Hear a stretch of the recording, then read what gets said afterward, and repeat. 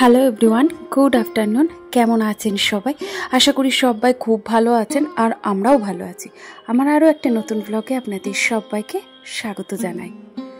বিকেল এখন 4:10 মতো বাজে, আর বাইরেটার পরিস্থিতি দেখে আপনারা তো নিশ্চয়ই মনে করতেন এখন প্রায় সন্ধ্যের আগে, তবে না জানেন এখন 4:10 বাজে। সকালবেলায় সমস্ত জামা কাপড় মেলে দিয়ে গেছিলাম, ভাগ্যিস সকাল সকাল মেলেছিলাম, তার জন্যই একটু শুকিয়েছে। তবে হ্যাঁ, কয়েকটা জিনিস অবশ্যই একটু স্যাঁতস্যাঁতে রয়েছে, অসুবিধে নেই, জানেন, বাইরে মেলে দেবো, শুকিয়ে যাবে। আর সেই সময়তেই ছাদে একটু ঘুরে নিলাম, যদিও আজকে সূর্যাস্তের সময়টার আগেই হয়ে গেছে, জানেন, মনে হচ্ছে যেন এখনই সূর্যাস্ত, তবে সূর্যেরও দেখা নেই আর অস্ত যাওয়ারও কোনো চিন্তা নেই। তাই ভাবলাম এখনই একটু ঘুরি। চলুন নিচে যাই, নিচে গিয়ে একটু রেস্ট নেব, জামা কাপড়গুলো গুছোবো। এই একটু একটু করে না অনেকগুলো কাজ হয়ে যায়, ভাবি প্রত্যেক দিনই যে একটু রেস্ট নেবো, কিন্তু সেটা আর হয়ে ওঠে না। এই এটা সেটা করতে করতে কখন যে সন্ধে নেমে যায় টেরই পায় না। তারপরে মনে হয় যে না, একেবারে রাত্রিরেই রেস্ট নেব। তবে রাত্রিরের ঘুমটাও নিশ্চিন্তিতে হয় না, মেয়ের তো পরীক্ষা চলছে, তাই মনে হয় যে না, সকাল সকাল উঠতে হবে, এখনই শুয়ে পড়ি, সকাল সকাল উঠতে হবে। এই ভেবে ভেবেই না রাত্রির ঘুম চলে গেছে। চলুন জামা কাপড়গুলো ভাঁজ করে নিই। তার আগে অবশ্য রান্নাঘরে বেশ কিছু কাজ আছে।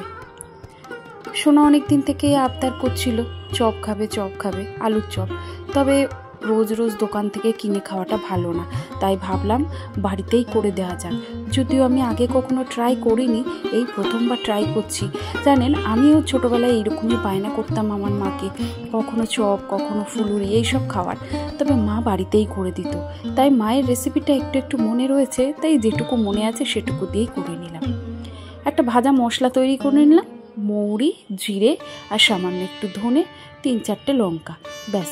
ওটা ঠান্ডা করে ওটা গুঁড়ো করে নেবো, জানেন। আর তার আগে একটু আলু সেদ্ধ ছিল, সেই আলুটাকেই একটু আদা, রসুন, কাঁচা লঙ্কা আর একটা টমেটো আর নুন, হলুদ, চিনি, এটুকু তো আছে। তবে চপের দোকানে চিনিটা দেয় না, তবে আমি কিন্তু একটু চিনি দিয়েছি। আলুর পুরটা যদি একটু মিষ্টি হয় না, চপের টেস্টটা অনেকটা বেড়ে যায়। এটাও আমার মায়ের কাছে শেখা, যে কোনো তরকারিতে সামান্য একটু চিনি দিলে খেতে ভালো লাগে। জানেন, আমার শ্বশুরবাড়ি কিন্তু বাঙাল, তাই তারা চিনিটা খুব একটা পছন্দ করে না। আর আমার বাপের বাড়ি কিন্তু ঘটি, তাই একটু চিনিটা ভালো লাগে, তবে খুব একটা বেশি কিন্তু আমরা চিনি খাই না। ব্যাস, এদিকে আলুটা বেশ শুকনো শুকনো হয়ে গেছে, এইবার এটাকে নামিয়ে নেব।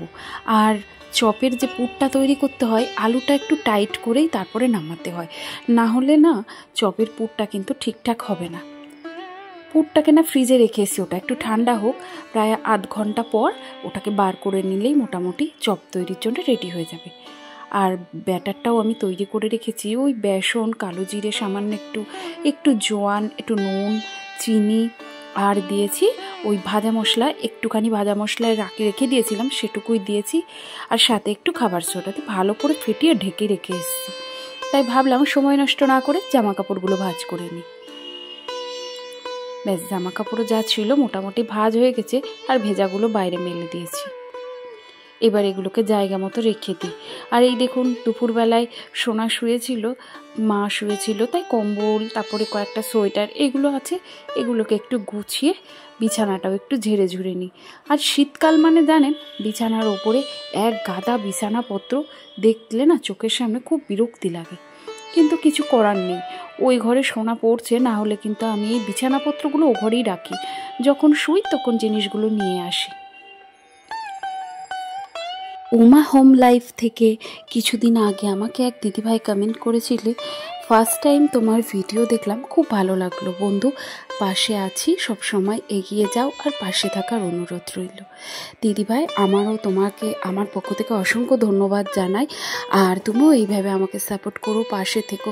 আসলে কি জানো, যে আমরা যদি একে অপরের পাশে যদি না দাঁড়াই, তাহলে না আমরা কোনো দিন সফলতা কিন্তু দেখতে পাবো না, তাই না? তবে হ্যাঁ, এটাও ঠিক, আমরা একে অপরের পাশে দাঁড়াই আর না দাঁড়াই, ভগবান যেদিন আমাদের এগিয়ে নিয়ে যাওয়ানোর হবে, সেদিন দেখবে কত যে রাস্তা খোলা হয়ে গেছে, তুমি নিজেও বুঝতে পারবে না। আর এই দেখো দেখো এখন আমি ওই আলুটা বের করে ওখান থেকে ছোট ছোট করে একটু করে এই মানে গোল গোল করে শেপ দিয়ে তারপরে হাতে একটুখানি 2 হাত দিয়ে একটু তালুতে চেপে নিয়ে ওটাকে বেসনের মধ্যে চুবিয়ে চপের আকারে ভেজে নিচ্ছি। এইভাবেই চপের দোকানে ভাজে, তবে চপের দোকানে আরও অনেক কায়দা করে ভাজে। আমি অত কায়দা করে এখন ভাজার মতো আমার কাছে সময় নেই জানেন, তো ওই জন্যে আমি এইভাবেই ভেজে নিলাম। তবে খেতে কিন্তু খুব ভালো হয়েছে। যারা এখনও ট্রাই করেননি কিনে খান তারা একবার অন্তত এইভাবে ট্রাই করে দেখতে পারেন, ভীষণ ভালো হয়েছিল, একদম সিম্পল সাদামাটাভাবে। চলুন এখন সোনাকে দিয়ে আসি একটু মুড়ির সাথে চপ ভেজে দিয়ে এলাম। আর এটা কিন্তু বাইরের তেলের ভাজার থেকে অনেক হেলদি এবং অনেক স্বাস্থ্যকর বলতে পারেন। চলুন তাহলে ওকে এটা দিয়ে আসা যাক, ও খেতে থাকুক। আর এই দেখুন ওদিকে ওকে দিয়ে দিয়েছি, ও খাচ্ছে। আর এরপরেই খাওয়া হয়ে গেলেই কিন্তু পড়তে বসবে, তো তার জন্য একটু আগে আগেই দিয়ে গেছি। সাহিত্যঘর আইডি থেকে এক দিদিভাই আমাকে কমেন্ট করে বলেছেন, প্রথম ভালোবাসা দিয়ে দেখা শুরু করলাম, আজ অনেক সুন্দর হয়েছে আপু, পাশে থাকবেন। অবশ্যই দিদিভাই, তোমাকেও আমার পক্ষ থেকে অসংখ্য ভালোবাসা, অসংখ্য ধন্যবাদ জানালাম। আর তুমিও আমার পাশে এইভাবেই সারা জীবন থেকো, এইভাবেই আমাকে সাপোর্ট করো, আর আমিও অবশ্যই তোমার পাশে থাকবো।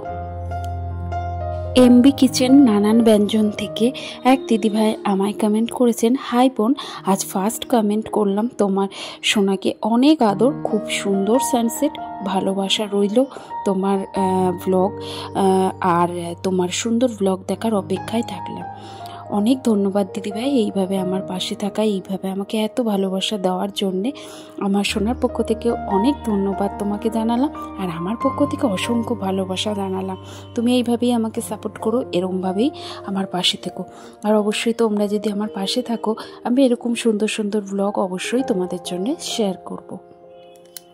আর এই তো কথা বলতে বলতে বেশ কিছু কমেন্ট পড়তে পড়তে বেশ কিছু কাজকর্ম সেরে নিয়েছি। আর বেশ সন্ধেবেলায় তো খেতে তো খুব ভালোই লাগে, এটা ওটা সেটা, তবে তারপরেই দেখুন কত বাসনকোসন হয়েছিল। আর খাবার দাবারগুলো গরম করেও রেখেছি।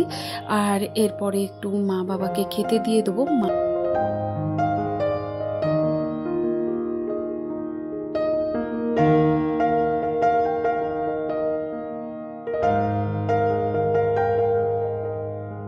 আর এদিকে এখন অনেক রাত হয়ে গেছে।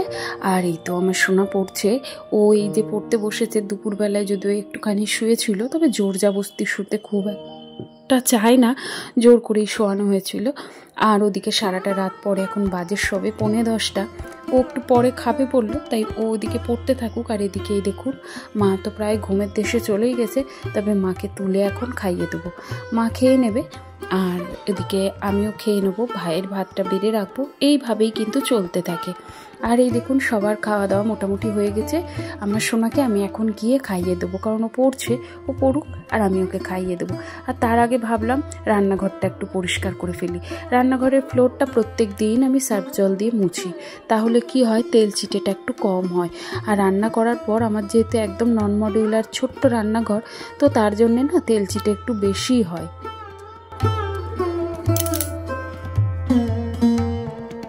রান্না বান্নার সমস্ত কাজকর্ম হয়ে গেছে, এবার একটু মুখটা ধুয়ে নিচ্ছি, মানে ফেস ওয়াশ দিয়ে মুখটা একটু ক্লিন করে তারপর একটা নাইট ক্রিম অ্যাপ্লাই করে নেবো। নাইট ক্রিমটা যদিও আমি ডাক্তারখানা থেকে নিয়ে এসেছি, একটু ওষুধ ওটা, তবে ওটাই মেখে নিচ্ছি।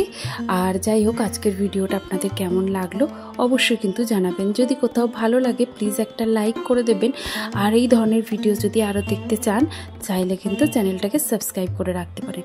আর আমার অনেক বন্ধু রয়েছে যারা ইতিমধ্যে আমার চ্যানেলটাকে সাবস্ক্রাইব করে ফেলেছে, তাদেরকে আমার পক্ষ থেকে অসংখ্য ধন্যবাদ, অসংখ্য ভালোবাসা।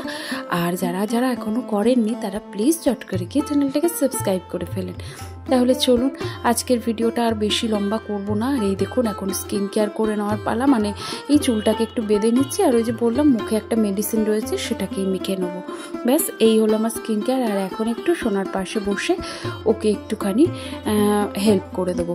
তো যাই হোক চলুন আজকের ভিডিওটা আমি এখানে শেষ করছি। সবাই ভালো থাকবেন, সুস্থ থাকবেন, আবারও দেখা হবে নতুন একটা ভিডিওর সাথে। ততক্ষণের জন্যে শুভরাত্রি।